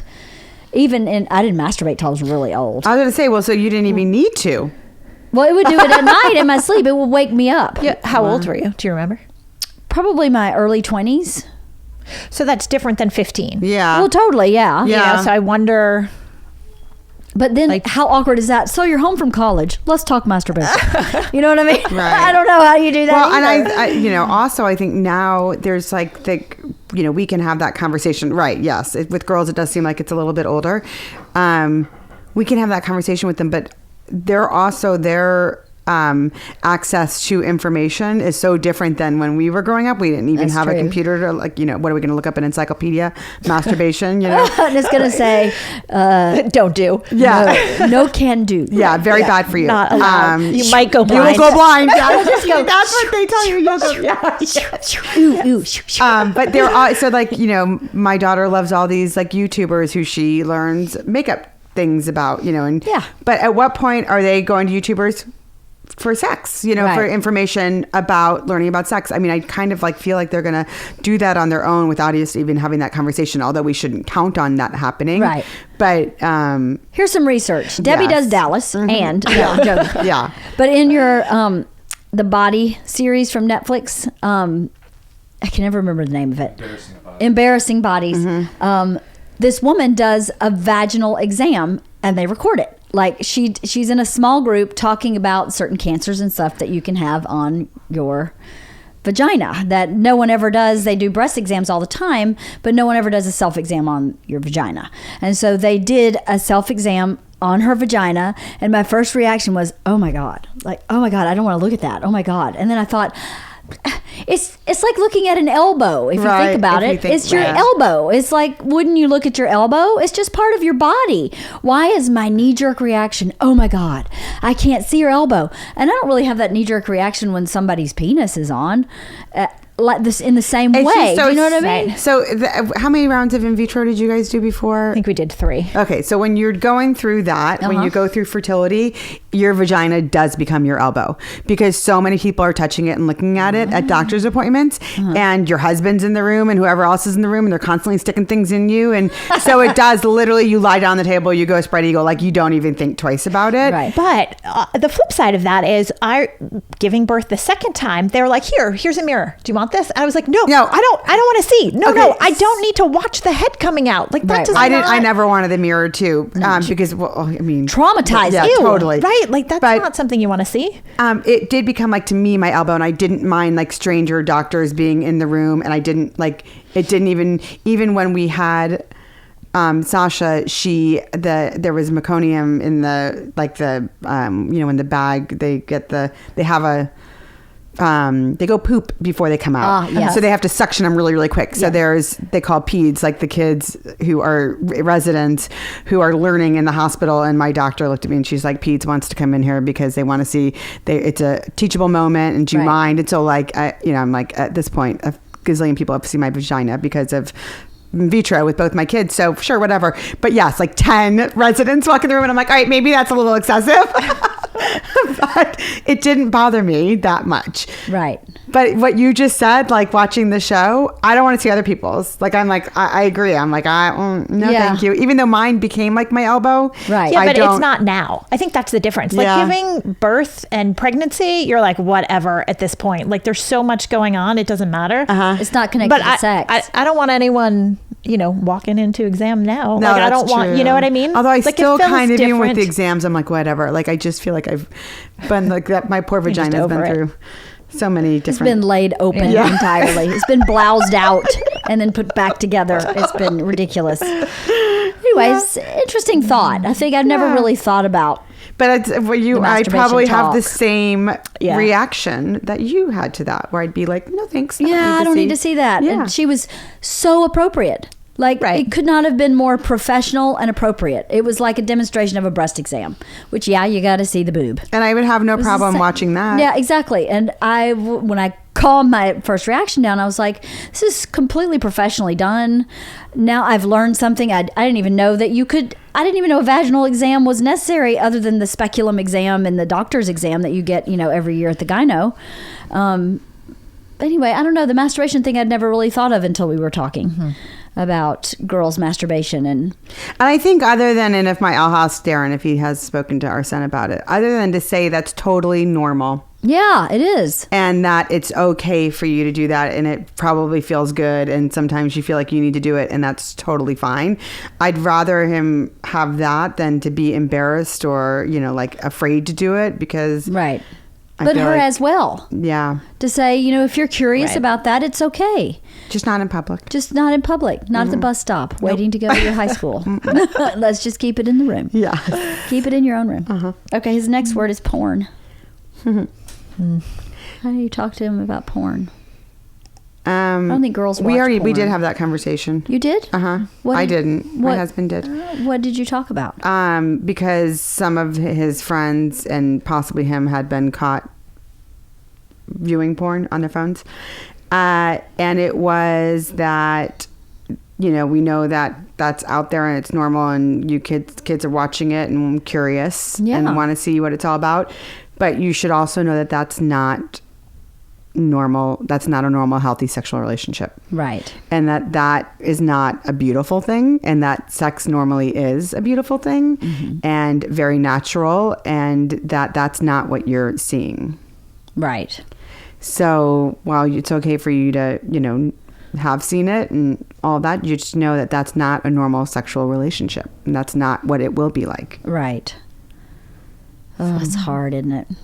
There's now with the internet, there's so many different types of porn, and there's some that are pretty close to what's going on in real life, and then there's some that are so bad that you just, it's, the whole thing is kind of scary because you don't want anybody to get into that stuff that's just so bad. I mean, I don't watch it, but I hear about it often from my husband, who watches it quite a bit. Yeah, on the and you road, just don't want them to think like, that's real. when I get with a girl, I should Right. try that out. I should do that. It's not going to go over. And my husband said that to him. That won't go over well. It's not. That's not how it works. What about Max? You think he's seen some porn? We actually had a conversation not that long ago about it, and he again freaked out. He was like, "Oh, Mom, no!" And he said, actually, his reaction was, "I saw it in 3rd grade. Like something popped up on his iPad, and he." Like it's embedded in his brain, and he's slightly terrified by it because he was like, no, I saw it in 3rd grade, and that was it. I was done. Right, I'm over it. So I'm sure that's going to change, obviously, but at this point, he's not seeing it. It's not. Thank God, I know. it's not Again, popping it's up. very anyway. accessible. Like we It had all is. the controls on the phone, and then we went back and changed the controls again after that, trying to do it. But it's just so accessible. It's everywhere. This happened when he was at school. I was like, I how mean, did that even happen? Now there's You know? like, I mean, but when we were kids, like they'd have to get like a beta or a VHS tape. Yeah. Find a quiet time Right. when no one's in the house. Right. Like it just was not that easy. It's a lot more exciting. You're making it sound exciting. You're waiting for Mom and Dad to leave. Then you sneak into the vodka cabinet and put on the porn. Awesome. Now they just, totally different. Okay. His next word is gay. I don't know what that means really, what his curiosity is about gay. Because I don't think either of your sons are gay, which would be fine if they were. Yeah. But I don't think they are. No. So, but I know your son has a friend who is gay. Uh-huh. Yep. And how is that? It's definitely got to be different than when we were kids. I think that kids come out earlier than they did when we were kids. It's a safer environment now. Uh-huh. They Especially here in LA. my middle school boyfriend is out now, and he didn't come out, I don't think, till after college. Right. But yeah, I mean, and I like in hindsight, I'm like, of course he was gay. Like, like you idiot, but I didn't realize it at the time. But now, I mean, like I definitely like know and see kids, and and you're just like, as a parent, you're like, that'll sometime work itself out. Yeah. Yeah. But yeah, no, he has friends, and he more like the one who, when he came out, it was more like, because it was that friend struggled so much and it was so hard for him, it just more felt bad for him. Like, Right. yeah. But they just don't, they're not that close, not because he's gay, just because they don't have a lot in common. Right. Not a lot of interests the same. Yeah, they're like night and day. Does he play sports? No. No. My son does, but he doesn't. Yeah. It's a gay friend. Max, have any gay friends? Not yet. No. So he's a homophobe. Is that what you're saying? He is completely. Totally. Yeah, none of his friends have come out yet. We've talked about it because he has a lot of friends whose parents are. Like, there's a lot of like our age group that he's exposed to and sees and knows pretty well. Yeah. But in terms of his peer group, not yet. And we've talked about how chances are one of your friends is. Right. Like just know. He's like, all right, whatever. It's so true though too. I never grew up with my parents having any gay friends, and we have a ton of gay friends, and they're around them a lot. Right. And so It's just a different world. One of my best friends got married, and when she got engaged, they came over, and right before they were going to walk in the door, my son, not daughter, said to me, do I call her Aunt Diana now? Because he refers to my best friend as Aunt Heather. And so he wanted to know, now that she's engaged to Diana, does he call her Aunt Diana? And I was like, yeah. So he went over and he's like, Aunt Diana. And she was like, oh, like all sweet. But it was just like, for them, like it's so natural and normal. He has friends who has 2 dads. He has friends who have 2 moms. So they're around it often, a lot. So I think it's a much less taboo, much more normal thing. So I think as their friends come out, it won't be that big of a deal. Right. I hope. I think it's drastically different from when I we think were that's kids. a positive thing completely that's happened, different. actually. Yeah, that is a big positive that's Yeah. happened because, It's part of living in LA too, I think. Yes, I'm not it sure is. the whole country is like this, but No, this I is don't a think very so. like this little bubble that we're in. Yeah. Is Very very liberal. positive in that way. You know what I mean? But Yeah. And that's good. I think that's just what they're so used to. It's not such a big deal anymore. It is not a big deal. It was a big deal when we were kids. It was a big deal. Nobody I came didn't even out know in what high it school. was when I was a kid. Nobody. I Oh, now I know did. lots of gay kids who I went to did school not. with, Yeah. but nobody came out in high school. No, nobody No. came out. Even for me, I remember in my sorority that I had a big brother that we all were like, he's totally gay. And he wasn't he didn't Wow. proclaim himself to be. He was like, always wow. single and he was not out. Yeah.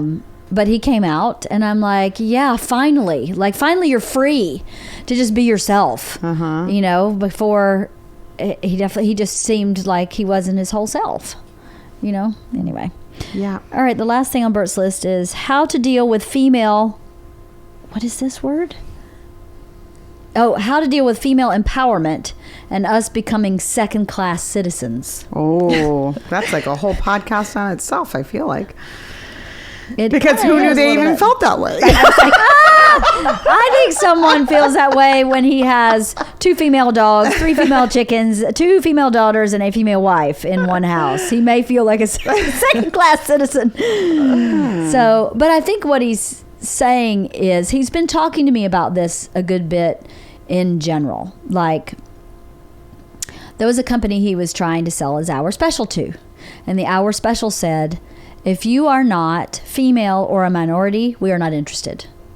And he was like, that sucks because I can't help that I'm white and they can't help their ethnicity. So I understand maybe now I'm feeling what these ethnic groups have felt, but why does someone always have to be punished? Why can't we all just go, well, what's the best comedy special? Put that on and not matter. What's going to make people laugh the most? So what if it's Ali Wong or if it's Bert Kreischer? You know, she's female and she's Asian and he's white male.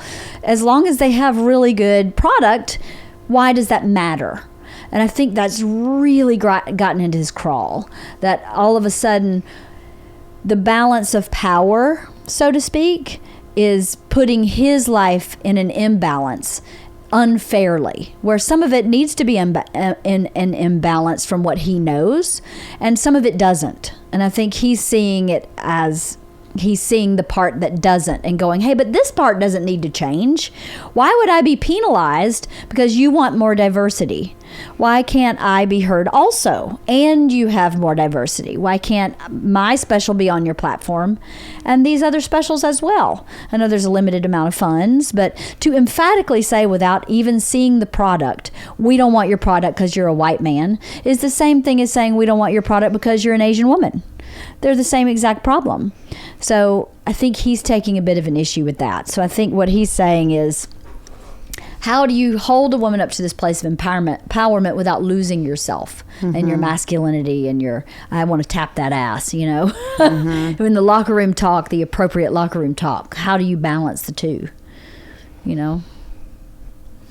How do you balance the, just the need for equal pay, I guess, that women have not had and still don't have, but yet still make it okay for the male to open the door. Like it's like such a weird line to try to define that. I don't know how you do it. I don't either.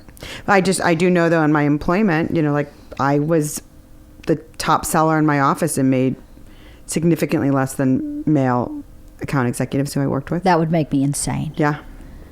That would make me crazy. And when we got laid off, the males, by the way, are still there. No way. Who billed less than me. Wow. That would make me so mad. But we were having babies. But that's not a punishment. I know, but we were having babies, so we took maternity leave and we needed flexibility. Once again, the vagina's made to be bad, right? That stinks. Yeah. That would make me so angry. But now I work for a company that actually is almost all women. I did hire a male territory manager, but we're all women and we pretty much all work from home. So it's a much better situation. So I hate to, I got laid off, but I'm in a better situation now. So it ended up being okay. But Yeah, at that time I was infuriated. Like I was so angry. Right. I would imagine. That would make me really angry, especially to know you were the top earner and... Yeah. Wow, that'd be crazy. What do you think, Kathy? How do you balance those two? I don't know how you balance the two, because I think it's so across the board, and you have to assume everyone is genuine and treats everyone equally, and they don't. And that's the problem. True. Yeah. Like, he has a really good argument. Like, why can't his special be on along with the Asian woman? And that's assuming that everyone sees them as equal, and the world doesn't see everything as equal. And so they're trying to, like, it's almost like reverse discrimination, like going back to the fact, oh, we screwed up. We discriminated against all these people. So now let's go back and we'll discriminate against the white guy because you've had it good for so long. But that's not the answer either. No, it's not the answer. You don't but fight I feel like that inequality is with inequality. sort of where we're going. Yeah, Like, I think so too. And that's unfortunate. Instead Yeah. of just saying, you know, the cream rises to the top. No matter what it is at the bottom, the cream rises to the top. The cream being the good person, the ethical person, the hard worker, the top earner, the best creativity, the best artist should just rise to the top, and none of that should matter. But why does it matter? Like, what are the steps? What makes it matter? What made it that you got laid off and the men didn't? What was systemic in that institution that made it like that? Why can't that systemic problem be gone and it just be like, take the name and gender off everybody's sales report and just go, oh, top 4 salespeople. Oh my God, look what we have. I bet you it would be diverse. No, it probably would have been all the women. You think so? Yeah. and then so what if it was? Yeah. Do you know what I mean? Like, why we is just that a had better problem too? relationships with the buyers. The buyers were almost all women. Right. The media buyers are almost, it's predominantly a female business. So we just had better relationships. Right. We were at their weddings. They borrowed our things. Yeah. We were at their baby shower. It's like, it just was like this bond. So they wanted to take care of us more. Right. So whether or not we were better salespeople, we were better relationship builders Right. in sales. So if you did put, it probably would have been all women. But we also needed 3 to 4 months maternity leave. We also needed to leave early because our child had a show. We needed to come in late because the daycare didn't open early that day. All those things that are on the moms, typically, we needed flexibility for, which was frustrating, I think, for them. But that's, you know, my podcast that's coming out that we did on Drive. Would solve that about the row system of work, where they just want to know, are you achieving? Are you the top earner? I don't really care how you do it. If you're the top Right. earner and you maintain those relationships, the rest of it is a moot point. And nobody's complaining that you're not getting Yes, back to right. them. Nobody's complaining that they're not getting what they need in a timely manner. Right. Yeah, totally. So if the bottom line is being achieved, who cares how you skin that cat? Right? It shouldn't matter. But I wonder if that kind of patriarchal way of thinking, of being in control and micromanaging, is just too powerful in corporate America in a lot of ways. Yes. I don't know. I think so. So I don't think we solved that problem, Bert. My apologies. No, I think that's a wish. much deeper subject. Yeah. It is a pretty deep subject. Uh-huh. And I don't really know how to discuss it any other way than it's already been discussed. Yeah, I feel like it's been discussed to death, so to speak, the female empowerment. But I guess maybe not as it affects the male And how they're feeling now. and how they're feeling now. Because if it makes a man feel like he's being pushed down so they can get up, that will build resentment in the male. Instead of helping empower, instead of saying, let's do this together, let's rise together, we can be a team together, instead of saying, no, you've had enough, it's my turn now. You know, that person becomes resentful, I would imagine. Instead of saying, let's all hold hands and walk down this path together. Right. And, you know, just be a good person. That's the one thing I don't ever understand, is how people just don't judge each other on merit, on who you are, not achievement, but who you are. You know, are you a good person? Do you try your hardest? You know, do you think about others? Oh, well, anyway. Is there anything you're scared of about your boys for the future? Anything you're afraid for them? Concerned?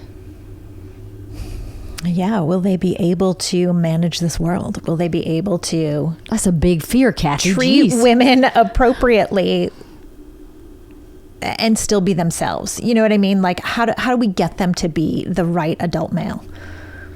Right. I don't know how to articulate it better than that, but Like the best version of themselves as a male. Mm-hmm. and what does that look like? What will it look like when they're You know, that like age? what You know is I the mean? best No. version, you know? Yeah. Just really want him to be a good guy, you know, and treat people well and treat women well and not have a reputation of being someone who doesn't do that, you know, just take his time because he's clearly not there yet and doesn't need to be. We're in no rush. No. I think though, because I do have a daughter and the girls tend to stay with their moms more, that I know I have that.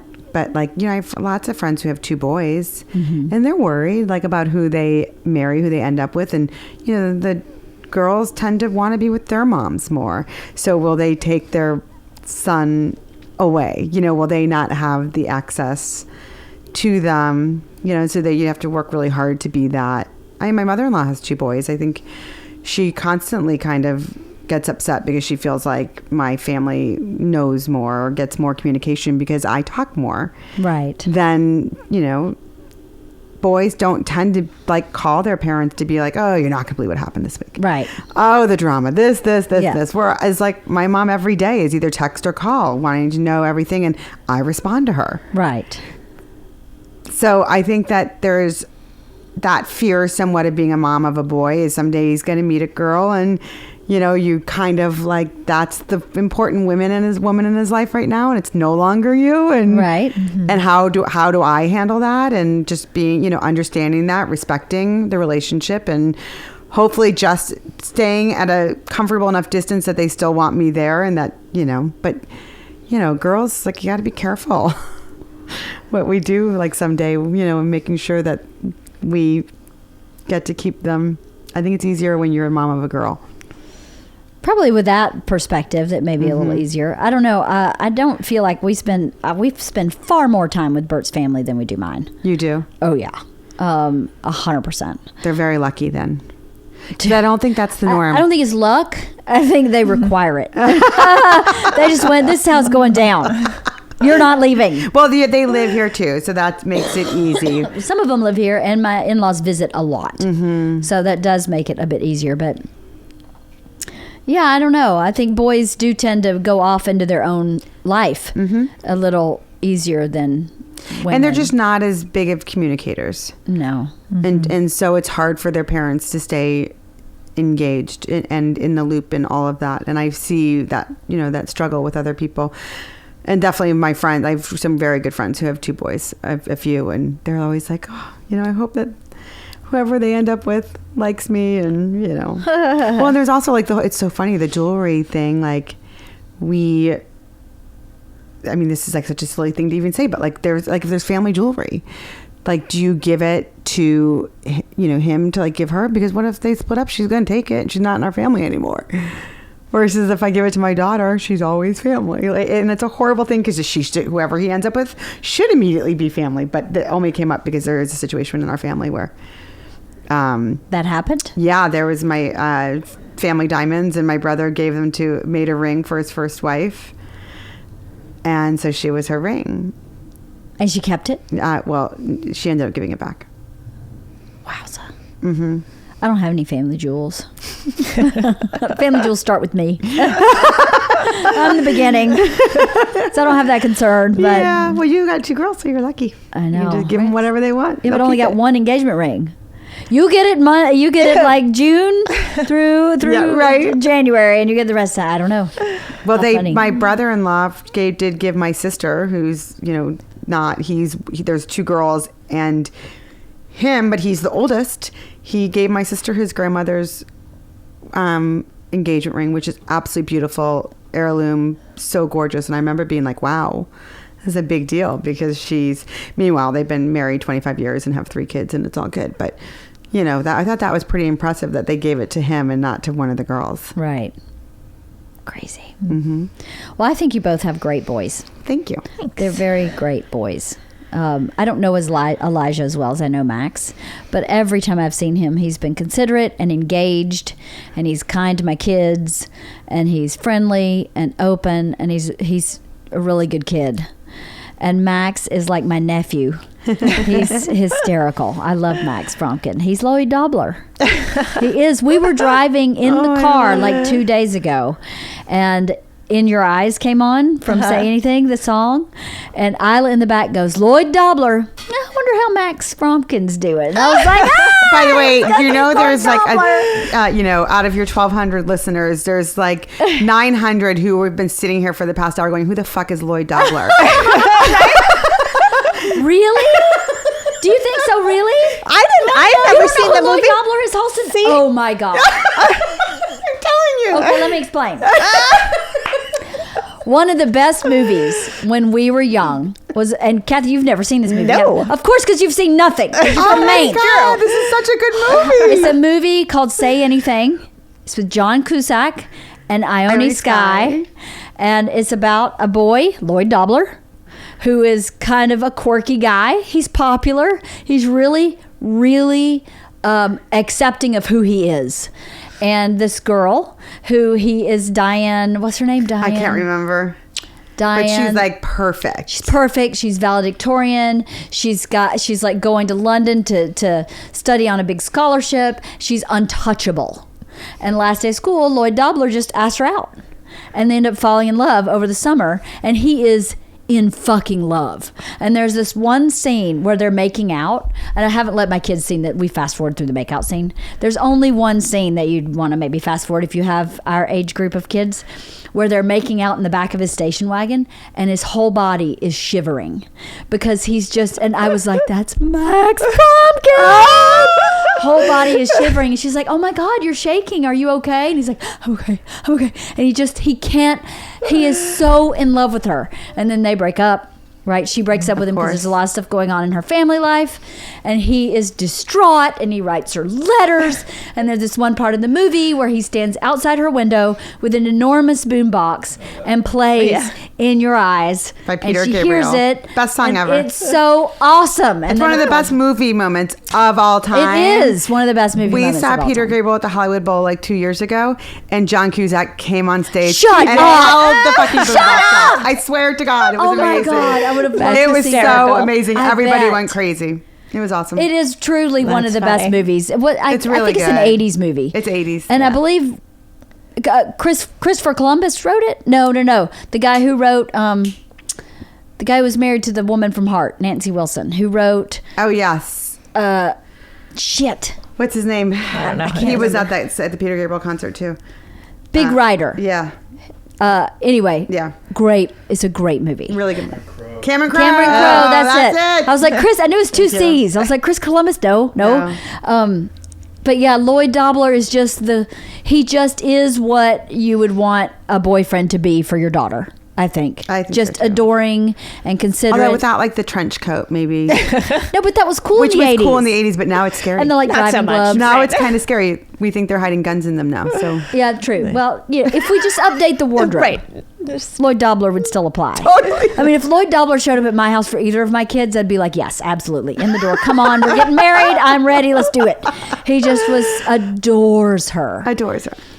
Yeah. Yeah. So anyway, you'll have to. So there's your homework, listeners, to watch Say Anything. It's so good. My kids asked me to watch it over and over again. We just It is fast so forwarded. good. It's so good. That and 16 Candles, which I have to do a lot of explaining in that movie. Yeah. And Breakfast Club and all of those. Yeah, they've seen that a couple times. Can't Buy Me Love. Sasha just watched that Yeah, one. we Love have that. one. It's a great teenage love movie. So funny. It's really good. Has your kid seen any of these movies? No, I don't think last so. summer made it the summer of romantic comedies, and I made them watch Notting Hill, Sweet Home Alabama, all those movies. My son was furious every Sunday night. Yeah. I was So gonna this say, summer, like- he's like, we are doing Action movies. Yeah, it is Yeah. the summer of not Testosterone. romantic. thrillers. Not romantic. You know, another good movie that's Sasha would probably love, your kids loved, was Better Off Dead. Oh, yeah. Another so John good. Cusack Another John movie. Cusack movie. I know, he's the best. All right, well, Well, hopefully your Anyway. boys will find their inner Lloyd Dobler. Yes, that's a good thing. That would be a good thing. Well, thanks for talking to me about raising boys since I don't have any. Well, they're going to Thanks be for in your having life us. at some point, so. Yeah. Maybe. We'll see. But I think as Sam Well, you've got a Fisher's nephew, doing, I would so- let him. I think that she's doing the right thing. I think have him in the house where you're watching, Yeah. and let them feel comfortable enough to be comfortable there, but have them in the house. As long as they don't go into a room by themselves and close the door. He has to leave the door open, but they're in his room on his bed Oh, I wouldn't do that. with the door open. That's they're just me. talking and cuddling. Yeah, yeah, I'm sure. I'd want to see both hands at all times. You see both hands hover I mean, the he hand shares like a this, room with hover. his little brother who's in and out like constantly, you know, like there's only so much that Did can you happen. never sneak around with sex when you were in high school? Let me tell you something. I snuck boys in my house, under my daddy's nose. I would go in there, yeah, we're just studying, and go get busy. I don't trust that for 1 second. They would be in the public spaces only, and then fine. If you want to smooch, fine, but I need to see all hands all the time because I was not a good girl. I was not a good girl with booze either. So, anyway. Well, thanks for talking. Yeah. Thanks for I having appreciate having it. us. Yeah. Until next time.